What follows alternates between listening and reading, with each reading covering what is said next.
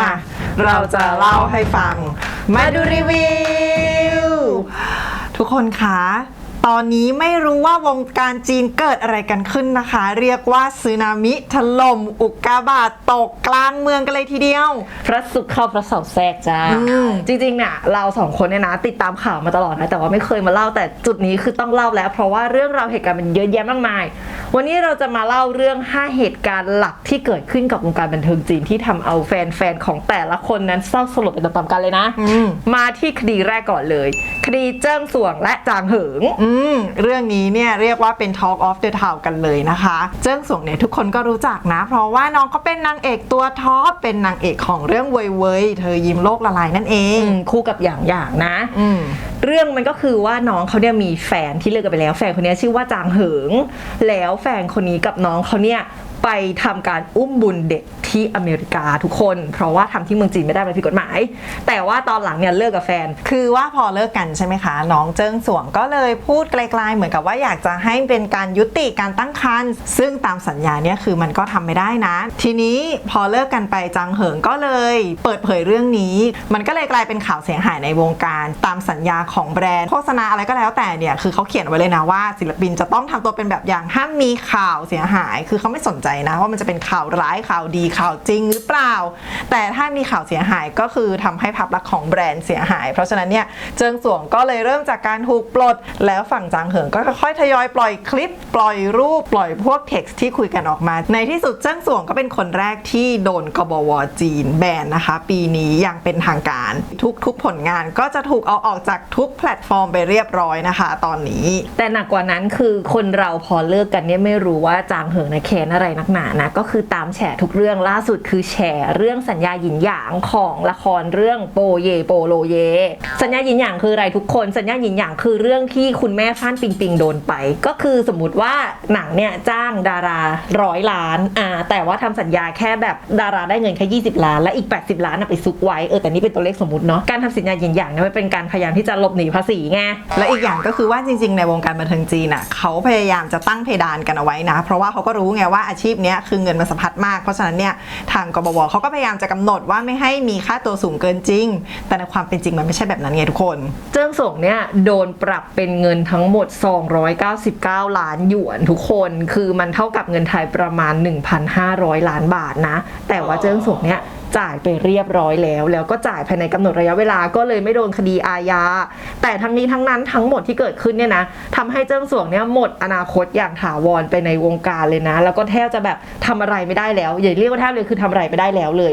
นี่คือจบ1กรณีคนที่2นะคะก็คืออู่อี้ฝานหรือว่าคริสวูนั่นเองนะคนนี้เนี่ยเป็นไอดอลอดีตวง EXO ซึ่งมีแต่แฟนคลับเยอะแยะมากมายนะตอนนี้อู่อี้ฝานถูกตำรวจจับกุมแล้วก็เป็นผู้ต้องสงสัยในคดีข่มขืนพรากผู้เยาว์เรื่องนี้มันเริ่มมาจากการที่มีเน็ตไอดอลสาวชื่อตู้เหมยจูซึ่งเป็นเด็กอายุ18ออกมากล่าวหาว่าถูกลวงไปปาร์ตี้แล้วก็โดนขืนใจสุดท้ายน้องเข้าใจว่าเขาคบกับอู่อี้ฝานแต่ว่าโดนทิ้ง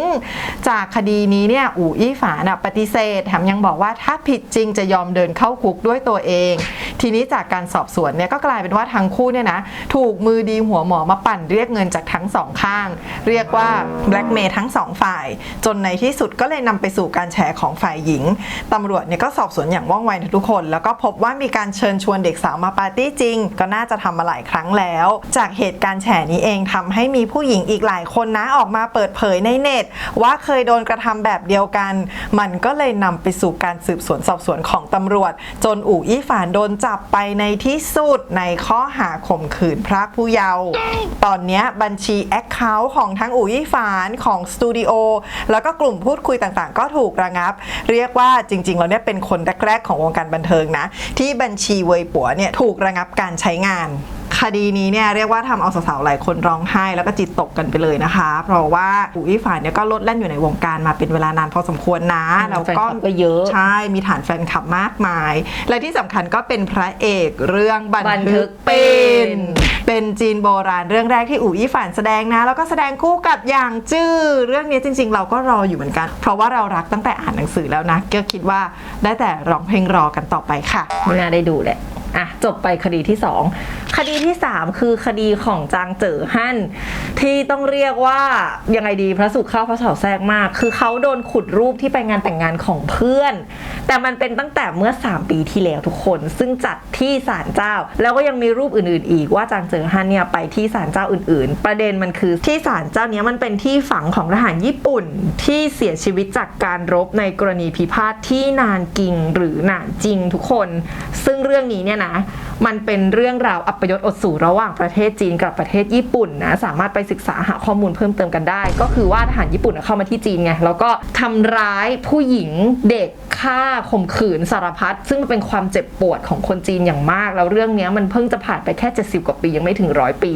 มันก็เลยเป็นความเจ็บปวดของคนจีนไงทุกคนที่สำคัญคนที่เอามาแฉนะคะแฉตรงวันครบรอบอีกต่างหากมันน่าจะเป็นกลุ่มคนที่ตั้งใจจะทำลายน้องอะแล้วเรื่องนี้มันก็เลยจุดประเด็นกระแสรักชาติทำให้จางเจ๋อฮั่นเนี่ยออกมาปฏิเสธว่าตัวเขาไม่รู้เรื่องแต่ก็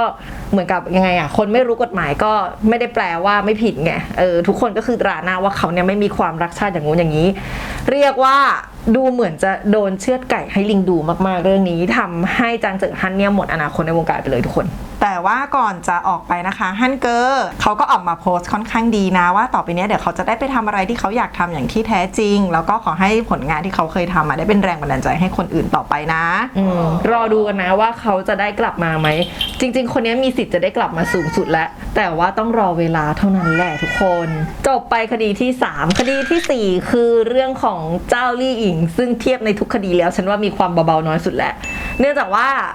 Official Account ของเจ้าลี่อิงเนี่ยนะโดนปิดเป็นการชั่วคราวสาเหตุเกิดจากแฟนคลับยกพลตีกันบนโซเชียลบนเว็บปัวเจ้าลี่อิงกับหวังอี้ป๋อเนี่ยเขาเคยแสดงละครร่วมกันชื่อเรื่องนางโจรซีรีส์เรื่องนี้มันฉายเมื่อประมาณปลายปีที่แล้วทุกคนทีนี้มันมีกระแสมาใหม่ว่า2 คนเนี่ยจะกลับมาร่วมงานกันอีกในซีรีส์ชื่อว่า Why Bloom พอมันมีกระแสนี้เท่านั้นแหละแฟนคลับทั้ง2 ฝั่งก็ตีกันเลยเพราะว่าไอ้เรื่องนางโจรเนี่ยมันแปลกแต่ความแป๊กเนี่ยนะมันเป็นเพราะว่าตอนที่เขาถ่ายทำมันเกิดเหตุวิกฤตอู่ฮั่นพอดีทำให้เขาไม่สามารถจะไปถ่ายนอกสถานที่อะไรได้เลยเกือบทั้งหมดเป็นการถ่ายอยู่ในโรงถ่ายแล้วมันก็ต้องเป็น CG ไงทำให้มันก็โทษนักแสดงไม่ได้ถูกไหม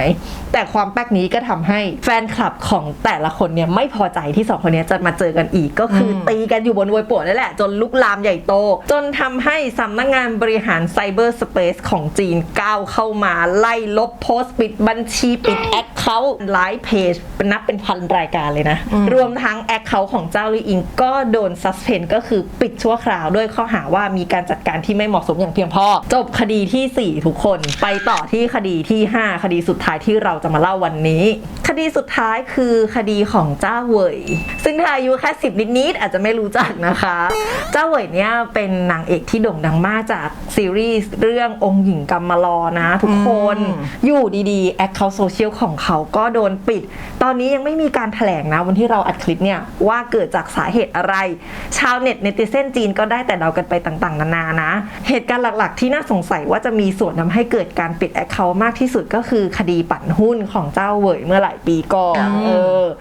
แล้วก็มีกรณีเรื่องความใกล้ชิดสนิทสนมของเจ้าเหวยกับแจ็คหม่า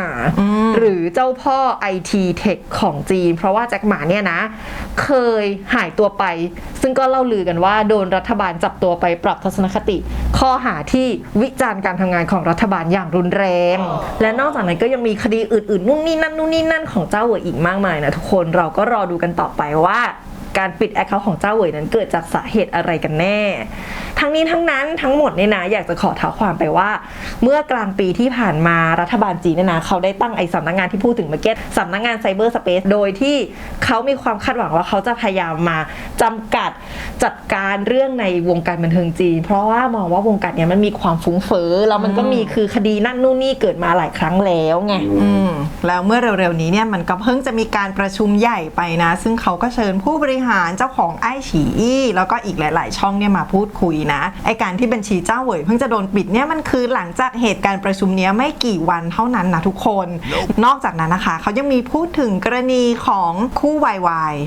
ซึ่งซีรีส์หลายๆเรื่องเนี่ยคือมันทำให้เกิดกระแสคู่จิ้นที่ดังขึ้นมามากมายอย่างปรมาจารย์ลัทธิหมัดก็เป็นหนึ่งในนั้นเขาก็มีการพูดถึงเหมือนกันว่ามันอาจจะเป็นการชักจูงไปในทางที่ไม่ดีเป็นกระแสที่ไม่ดีและที่สำคัญทำให้ดาราเนี่ยมีค่าตัวที่มากเกินจริงสำนักงานไซเบอร์สเปซเนี่ยนะได้จัดตั้งกฎการติดตามศิลปินอย่างมีสติและสร้างสภาพแวดล้อมที่ดีบนโลกอินเทอร์เน็ตโหชื่อยาวมากแต่ว่าเขาเรียกกันว่าปฏิบัติการพิเศษชิงหลางการปิด Account นั่นนู่นนี่ก็คือเป็นการจัดการตามไอ้ปฏิบัติการชิงหลางเนี่ยแหละทุกคนเราก็ต้องมารอดูกันต่อไปนะคะว่าทิศทางของวงการบันเทิงจีนต่อไปเนี่ยจะเป็นยังไงแต่บอกเอาไว้ก่อนว่าวงการบันเทิงจีนเนี่ยก่อนหน้านี้เขาก็มีกฎอะไรแปลกๆมาตลอดเนาะอย่างเช่นมีช่วงหนึ่งบอกว่าห้ามมีเรื่องราวที่เป็นวังหลังเพราะว่ากษัตริย์เนี่ยจะใช้ข้อเจิ้นปรากฏว่าชาวเน็ตแบบเจิ้นนั่นเจิ้นนี่ไม่ได้ไม่ยอมก่อนหน้านั้นก็ยังมีกฎที่ยังคงใช้อยู่ก็คือห้ามมีเรื่องของการทะลุมิติมาเพราะว่ากลัวว่าจะมีคนดำเนินรอยตามมันเคยมีแล้วนะคนที่ไปกระโดดตึกตายคิดว่าจะทะลุมิติไปได้ก็ต้องไปรอดูกันต่อไปว่ามันจะมีอะไรโผล่ขึ้นมาบ้างค่ะระหว่างนั้นเราก็เสพงานของศิลปินผู้ชายที่เราชอบกันอย่างมีสติกันนะคะทุกคน